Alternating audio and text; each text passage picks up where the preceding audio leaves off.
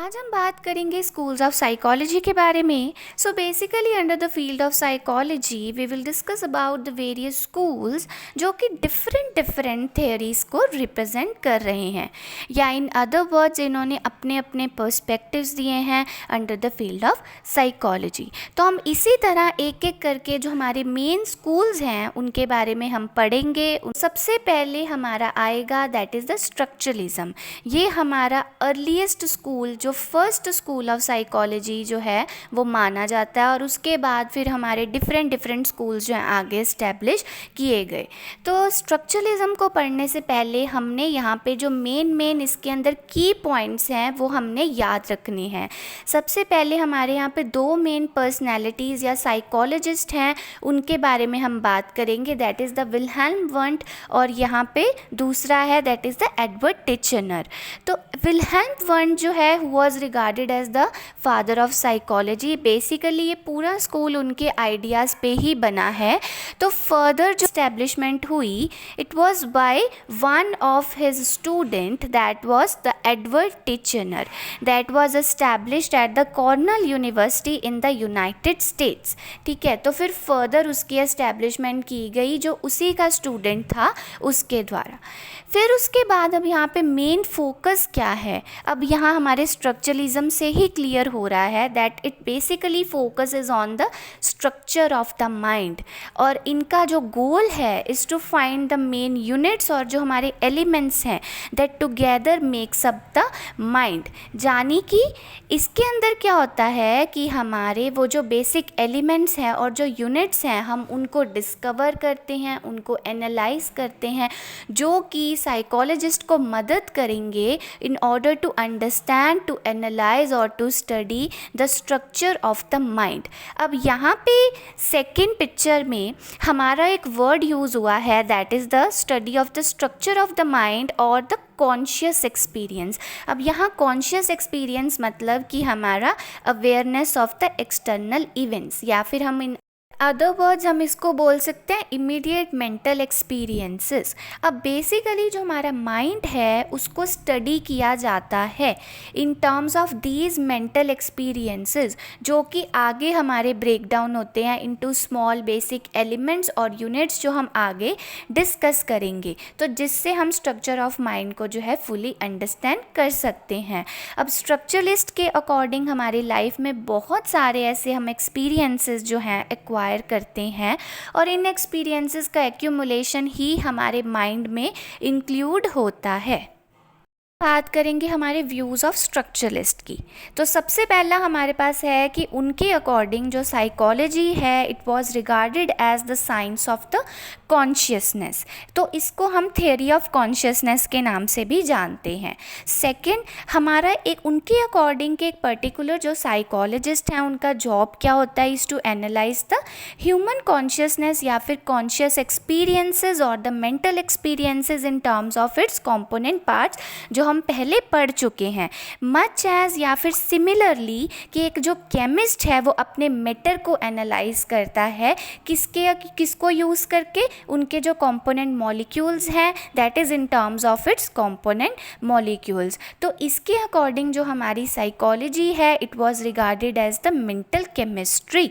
Mental chemistry इसलिए बोला गया क्योंकि उनके अकॉर्डिंग क्या था कि जो हमारे केमिस्ट्री की फील्ड की तरह जो हमारी साइकोलॉजी की फील्ड है this also consist of the analysis and the synthesis processes. ठीक है, तो जो एनालिसिस है उसके अंदर ये कि हमने जो बेसिक एलिमेंट्स है उसको हमने डिस्कवर करा, that together makes up the mind, और उसके बाद सिंथेसिस में हम उनके अंदर किस तरह के कनेक्शंस हैं, हमने मैनर देखना है कि किस वे में, किस मैनर में ये जो एलिमेंट्स हैं वो आपस में फिट हो रहे हैं इन द कॉम्प्लेक्स स्ट्रक्चर्स, तो हमने उसको एज अ होल देखना है, फॉलोड बाय कि हमारे कौन से ऐसे बेसिक प्रिंसिपल्स हैं या जो ऐसे लॉज हैं जो इन कनेक्शंस या इन एलिमेंट्स के बीच का जो कनेक्शंस हैं उसको वो गवर्न कर रहे हैं, रूल कर रहे हैं।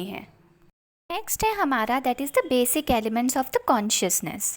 वेल टिचनर के अकॉर्डिंग या स्ट्रक्चरलिस्ट के अकॉर्डिंग जो हमारा कॉन्शियसनेस है या फिर जो हमारे मेंटल और द कॉन्शियस एक्सपीरियंसेस हैं वो फर्दर ब्रेक डाउन होते हैं इनटू द 3 बेसिक यूनिट्स और द एलिमेंट्स, ठीक है, जो हमें मदद करेंगे फर्दर मेंटल एक्सपीरियंसेस को एनालाइज करने में। तो वो हमारे पास है सेंसेशंस, फीलिंग्स और थर्ड इज़ द इमेजेस, जैसे कि हमारी मेमोरीज होगी, ड्रीम्स हो गए, इस तरह से। तो इसके अंदर जो हमारा मेन मोटो या टास्क होता है, सबसे पहला ये है कि हमने इन एलिमेंट्स को डिस्कवर करना है, हमने इसको फाइंड आउट करना है, और फिर दूसरा कि हमने उसको डिटरमाइन करना कि वो किस तरह से एक कॉम्प्लेक्स मेंटल एक्सपीरियंसेस जो हैं वो बना रही हैं।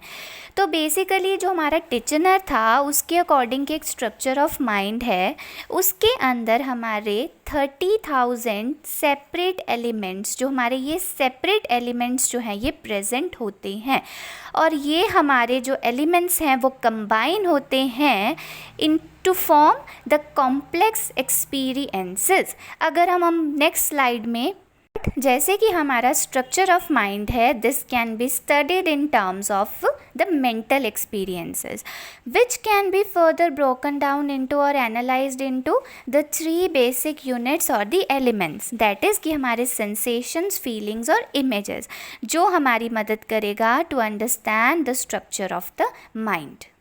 अब बात आती है कि ऐसा कौन सा मेथड यूज़ किया जाए ताकि हम स्ट्रक्चर ऑफ माइंड को समझ सकें। तो यहाँ पे उन्होंने मेन मेथड यूज़ किया था, that is introspection, that was regarded as the first method in the field of the psychology. अब हमने जो हमारी मदद करेगा कि इन एलिमेंट्स और इनके यूनिट्स को डिस्कवर करने में, प्लस जो उसके अंदर हमारी किस तरह के कनेक्शंस हो रहे हैं, क्योंकि ये हमने इंडिविजुअली इसको स्टडी नहीं करना, हमने इसको एज अ होल देखना है, इनका यूनिटी देखना है, क्योंकि ये सारे कंबाइन करके ही हमें मेंटल एक्सपीरियंसेस बनाने में हेल्प करेंगे। The method of the introspection क्या है? इसके अंदर एक जो पर्सन है वो अपने मेंटल प्रोसेसेस, मेंटल एक्सपीरियंसेस को डिस्क्राइब करता है। So this is regarded as the self observation of one's on consciousness. ये कोई भी एक कैजुअल मेथड नहीं है, रैदर कि एक हाईली प्रोफेशनल और एक highly practised form of self observation जानी जाती है। ये जो इंट्रोस्पेक्शन है इसके अंदर बेसिकली जो वंट है या जो हमारे स्ट्रक्चरलिस्ट हैं उन्होंने साइकोलॉजी स्टूडेंट्स को ट्रेन किया। उनको बोला गया कि आपको एक स्टिमुलस दिया जाएगा, स्टिमुलस देने के बाद उनको बोला गया कि एक पर्टिकुलर स्टिमुलस देने के बाद आपके अंदर किस तरह की फीलिंग्स आ रही हैं, उसके लिए कौन कौन से आपके अंदर थॉट्स हैं, पर्टिकुलर स्टिमुलस के लिए क्या उनके माइंड में ऐसी इमेजेस बन रही हैं जो हमने पहले डिस्कस किया था।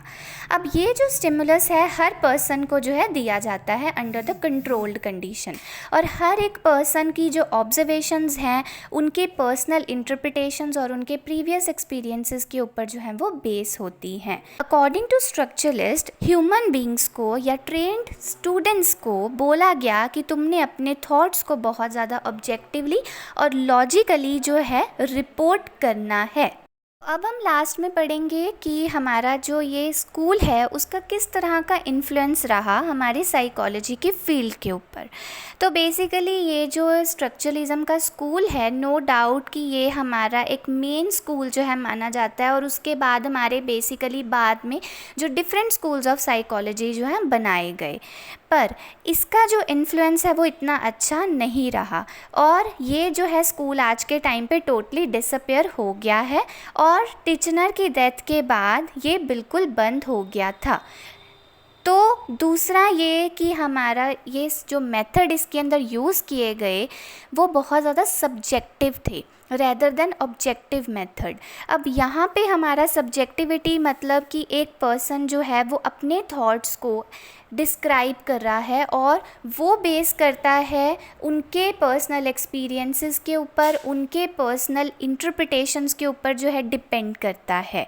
पर यहाँ पे ये भी हो सकता है कि कई पर्सन अपने थॉट्स को एक्चुअल में बता रहे हैं या नहीं, ये भी यहाँ पे मेन प्रॉब्लम थी।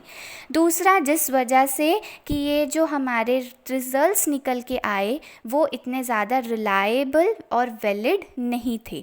और लास्ट हमारा ये कि ये जो हमारे ज़्यादातर हमारे इंटरनल बिहेवियर के साथ जो है वो कंसर्न था, रेदर देन कि जो हमारे एक्सटर्नल बिहेवियर है जो ईज़िली ऑब्ज़र्व किए जा सकते हैं या जिसको हम एक्यूरेटली मेयर कर सकते हैं, as in case of the behaviourism school of psychology, जो कि हम आगे डिस्कस करेंगे।